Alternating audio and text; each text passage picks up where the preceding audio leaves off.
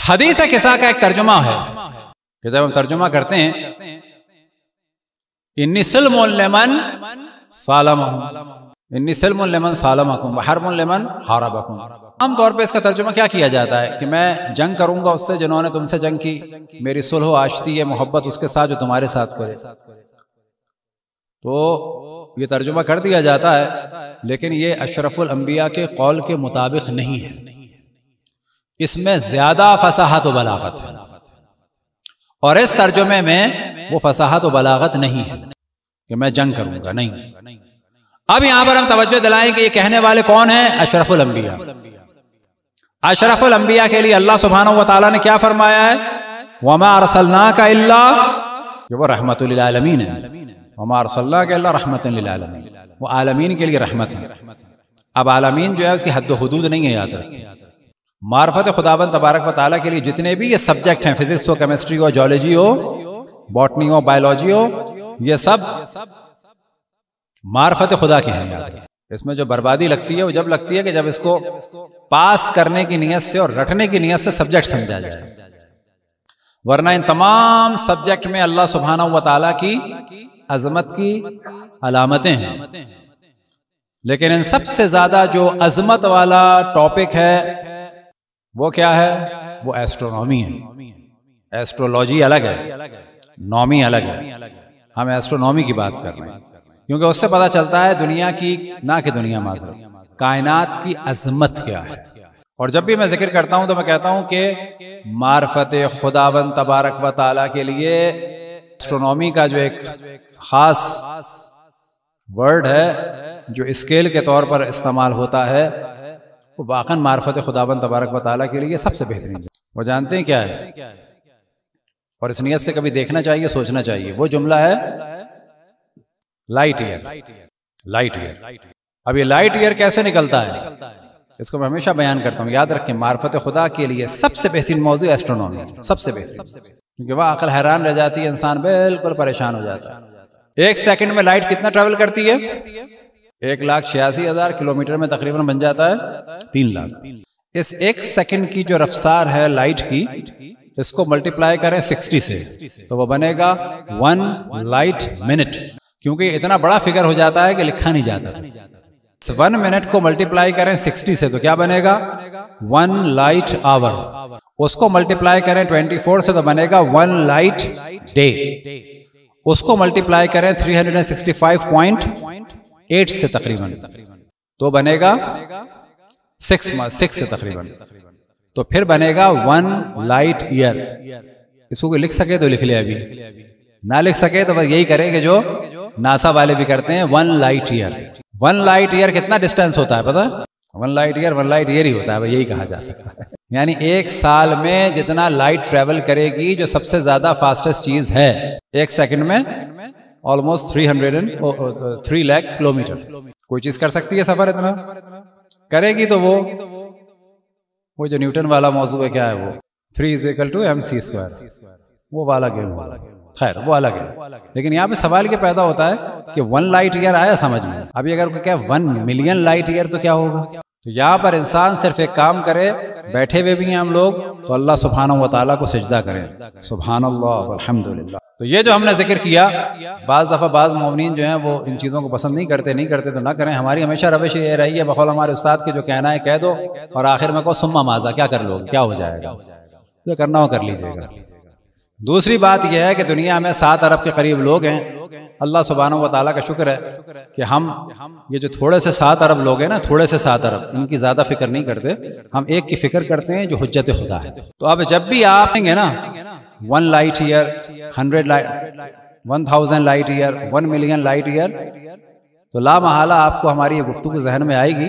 اس وقت اللہ سبحانہ و تعالیٰ کو سجدہ بھی کیجیے گا، یاد بھی کیجیے گا. اور ضروری نہیں ہے کہ سجدہ آپ سجدے کی صورت میں کریں، ٹیبل پہ بیٹھے ہوں اس وقت بھی اللہ کو سجدہ کریں، اللہ کو یاد رکھیں. اور ساتھ میں ہم مر چکے ہوں تو ہمارے لیے بھی ایک صلوات کہہ دیجیے گا، اور اگر زندہ ہوں تو بھی ایک صلوات پڑھ دیجیے گا، اللہ ان کی توفیقات میں اضافہ کرے. بس تو یہ عالمین ہے. اب اس میں کیا کیا ہے کچھ نہیں معلوم. اس میں ایک نظریہ تھا اسٹیفن ہاکنگ کا، وہ سنا ہے، بعد میں شاید اس میں پرابلم ہوا ہے. اسٹیفن ہاکنگ کے بارے میں بھی یاد رکھیں، وہ خداوند تبارک و تعالیٰ کی ہم نے پہلی دوسری مجلس میں بھی کہا تھا، وہ واقعاً ایک نشانی ہے. اور ہم لوگوں کے لیے بھی انگلینڈ والوں کی نسبت اور اس یونیورسٹی کی نسبت ایک نشانی ہے، اور جن لوگوں نے رسول اللہ کے قول کو حجر و ہذیان و بکواس کہا تھا ان کے لیے بھی ملامت ہے، کیونکہ وہ رسول کے قول کو حجر و ہذیان و بکواس کہہ رہے تھے۔ اسٹیفن ہاکنگ وہ شخص ہے کہ جو بولتا بھی نہیں تھا، لکھتا بھی نہیں تھا، گردن بھی نہیں ہلتی تھی، ہاتھ بھی نہیں ہلتے تھے، پاؤں بھی نہیں ہلتے تھے، ان کی فقط ایک آواز ہوتی تھی، ہو یہ اس کو ان کے اسٹوڈنٹ سمجھتے تھے اور لکھتے تھے، اور آج دنیا یہ کہتی ہے کہ اس سے زیادہ ذہین و قابل آدمی تھیوری دینے والا نہیں ہے۔ ہمارے معاشرے میں ہوتا تو اس کو ہذیان کی کیٹیگری میں ڈال دے، کیوں کہ جب اشرف الانبیاء کو جن لوگوں نے ہذیان کیا اور حجر و بکواس کی نسبت دے دی، وہ کہاں اہل ہیں اسٹیفن ہاکنگ کے؟ تو اسٹیفن ہاکنگ کا ایک نظریہ ہے سپر نووا کے بارے میں، ممکن ہے کہ اس کو ہم اتنا اچھا علمی بیان نہ کریں، ممکن ہے اس میں کوئی پرابلم بھی ہو، لیکن جو تقریباً ہے وہ یہ ہے کہ بعض دفعہ جو آپ کو آسمان پر نظر آتی ہے جس کو ہم کہتے ہیں ستارے ٹوٹنا، تو ستارے ٹوٹنا بھی دو طرح کے ہیں۔ ایک وہ ہے کہ جو سورج کے سامنے سے کوئی چٹان گزرتی ہے، شہاب ثاقب یا کوئی چٹان آسمان کی، اور بعض دفعہ بقول ان کے کہ یہ شہاب ثاقب یا کوئی آسمانی چٹان نہیں ہے، آسمانی چٹان کے لیے بھی اچھا سا ورڈ ہے ایسٹرائڈ ہے، اس کے علاوہ بھی اس کو راک بھی کہتے ہیں، اسپیس راک وغیرہ بھی، خیر وہ سب کچھ بعد میں جو ہے آپ کہتے رہیے گا، اچھا ہے، بہت اچھا ہے اس کو انشاءاللہ۔ لیکن ایک چیز وہ کہتے ہیں کہ وہ سپر نووا ہے۔ سپر نووا کیا ہے؟ وہ زیادہ واقعا دلچسپ بات ہے، ہمارے ٹاپک سے وہ زیادہ ریلیٹڈ ہے، کہ بعض وہ ستارے جو لاکھوں سال پہلے ختم ہو گئے، روشنی ان کی ابھی پہنچی ہے، روشنی ہمارے یہاں ابھی پہنچی ہے بس، اور وہ ایک دم سے اوجل ہو گئی، اب اس ستارے کو وجود نہیں ہے، لاکھوں کروڑوں اربوں سال پہلے وہ ختم ہوا ہے، روشنی ابھی پہنچی ہے۔ یہ ہے عالم، اور اشرف الانبیاء ہیں رحمت للعالمین۔ تو جب رحمت للعالمین کی بات ہو تو یہ 1 لائٹ ایئر وغیرہ کا موضوع لا کے جو ہے نا اشرف الانبیاء پہ صلوات پڑھیں گے تو بھی ایک واقعا لطف آئے گا، اور جب اللہ سبحانہ و تعالیٰ کو سجدہ کریں گے تو بھی ایک لطف آئے گا۔ تو اشرف الانبیاء اور رحمت للعالمین فرما رہے ہیں، کیا فرما رہے ہیں؟ انی سلم لمن سالمکم۔ اب اس کے اصل معنی کیا ہے وہ اب آپ کو سمجھ میں آئے گا۔ مثال کے طور پہ ایک شخص کو آپ کہتے ہیں کہ یہ خوبصورت ہے، ایک شخص کو آپ کہتے ہیں کہ یہ عادل ہے، ایک شخص کو آپ کہتے ہیں کہ یہ نیک ہے، لیکن عربی میں ایک فصاحت و بلاغت ہے جو اردو میں بھی ہے، اور اسے کہا جاتا ہے کہ یہ جو ہم نے کہا ہے یہ زید عدل کے عنوان سے ہے۔ زید عدل کے عنوان سے کیا؟ مثال کے طور پہ آپ کہتے ہیں فلانا شخص کہ جس کا نام زید ہے فرض کریں، یا آپ اپنے کسی دوست کا ذکر کرتے ہیں کہ ہمارا دوست عادل ہے، لیکن آپ کہتے ہیں نہیں عادل نہیں ہے، وہ خود عدل ہے۔ کیا معنی ہوا اس کے؟ یعنی عدل میں بہت آگے ہے۔ ہمارا دوست خوبصورت ہے، آپ کہتے ہیں نہیں خوبصورت نہیں ہے، وہ تو خود ہی خوبصورتی ہے۔ آپ کہتے ہیں ہمارا دوست شریف ہے، آپ کہتے ہیں نہیں وہ اصل میں خود ہی شرافت ہے، وہ خود ہی پاک، وہ پاک نہیں ہے، وہ پاکیزگی ہے۔ اسے کہا جاتا ہے کہ آپ کسی کو کہہ رہے ہیں کہ وہ اس میں وہ صفت نہیں ہے بلکہ وہ تو خود ہی وہی ہے، وہ عادل نہیں ہے وہ عدل ہے، وہ شریف نہیں ہے وہ شرافت ہے، وہ حسین نہیں ہے وہ خود حسن ہے، وہ عالم نہیں ہے خود علم ہے۔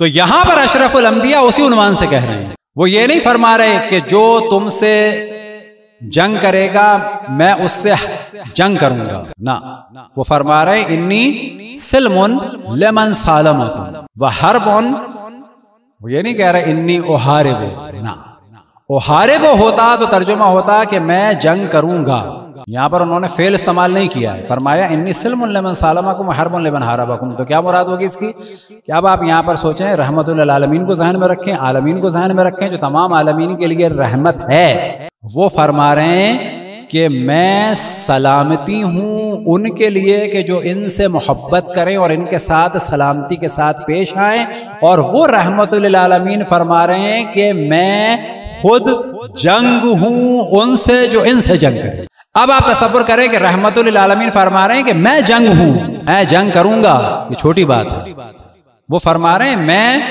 ہوں رحمت للعالمین، لیکن جو میرے اہل بیت سے جنگ کرے گا تو اس کے لیے میں خود جنگ ہوں۔ اور یہاں پتہ چلتا ہے کہ اہل بیت سے محبت کرنے کے بعد اشرف الانبیاء کیا کریں گے، اور اہل بیت سے جنگ کرنے کے بعد اشرف الانبیاء کیا کریں گے۔